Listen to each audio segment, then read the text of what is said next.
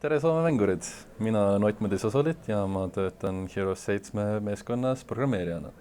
My history as a Heroes of Might and Magic player started in 1996.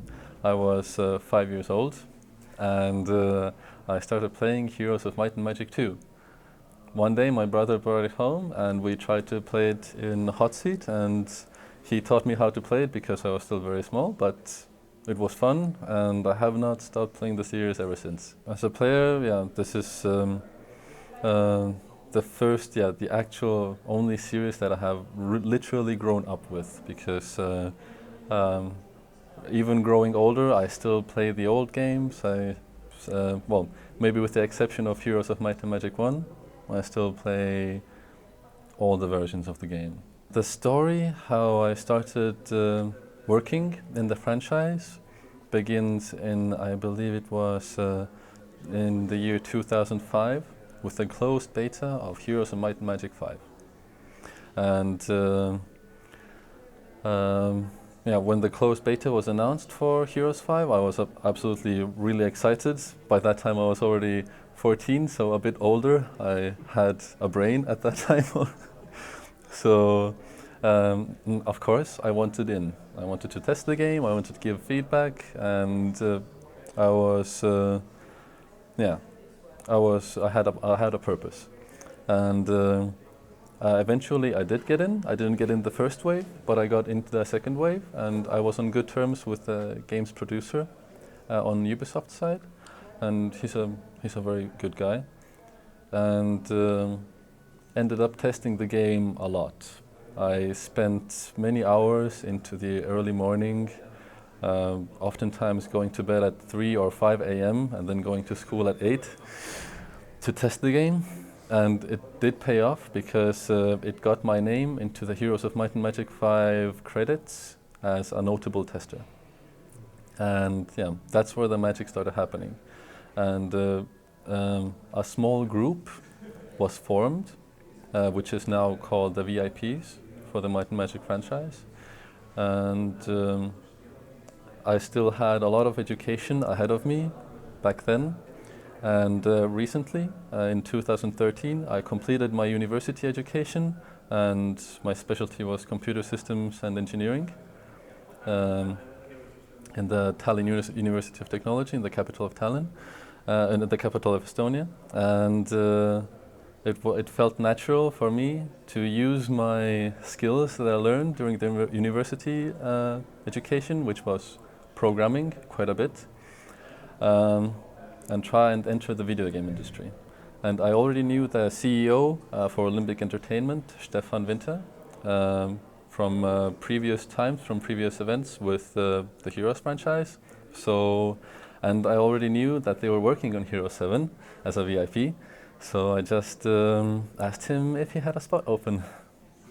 And then we set up a date for an interview. I bought a ticket there and I stayed there. Just like that? Yeah, just like that. It was quite an impulsive decision, but it paid off. Okay. It feels wonderful to be in such close contact with my favorite turn-based game series, because as you mentioned, I have my hands deep in the code, and I'm indeed a programmer, and a lot of the things or functionality you see in the game was set in motion by the code that we write. And it's also fun to see other people play and execute the code that I have written. It's always heartwarming, and it feels wonderful, because making games is something that I have wanted to do for more than half my life, and games have been my life for a long time anyway. And I would have never imagined myself, let's say 10-15 years ago, to be in such a position. So it especially feels good that I can touch other people with the creation that I have helped make. In Limbic, the company itself has a very flat hierarchy. Everybody is treated as an equal, everybody's opinion is processed equally. If you have an idea, then by all means say it, because it might be beneficial for the game, because it always helps to have many different viewpoints. And in the team we have other Heroes fans beside me as well, who can give input on how it was done before or what felt right in previous installments. But sometimes, of course, you need to understand that some things that you might personally want might not be for the best of the game. So that's you have to make a compromise within yourself. But that's yeah, understandable. But all in all, everybody's opinion is taken into account, and it feels very nice to be involved. As my job would indicate, I'm not that big part of game design itself, but still in the daily routine I talk to designers a lot, because usually when I implement something, then it might feel strange for me when I'm testing it, and then you can talk to designers and work something else out or refine it. So in the end, it's beneficial for everybody. For me, this is the best thing, to keep level communication at all times between all parties involved, because communication is key into making a good game, and it helps a lot with the development of our game. Everybody is valued and everybody's opinion is valued, and it feels good for the designer to see something that is successfully implemented and it feels good to play. That's the most successful, that's the best feeling you can have. If you have a good idea, a good design, a solid implementation, then bam. And what's your favorite thing in the 7? In Hero 7? Yeah. My favorite feature?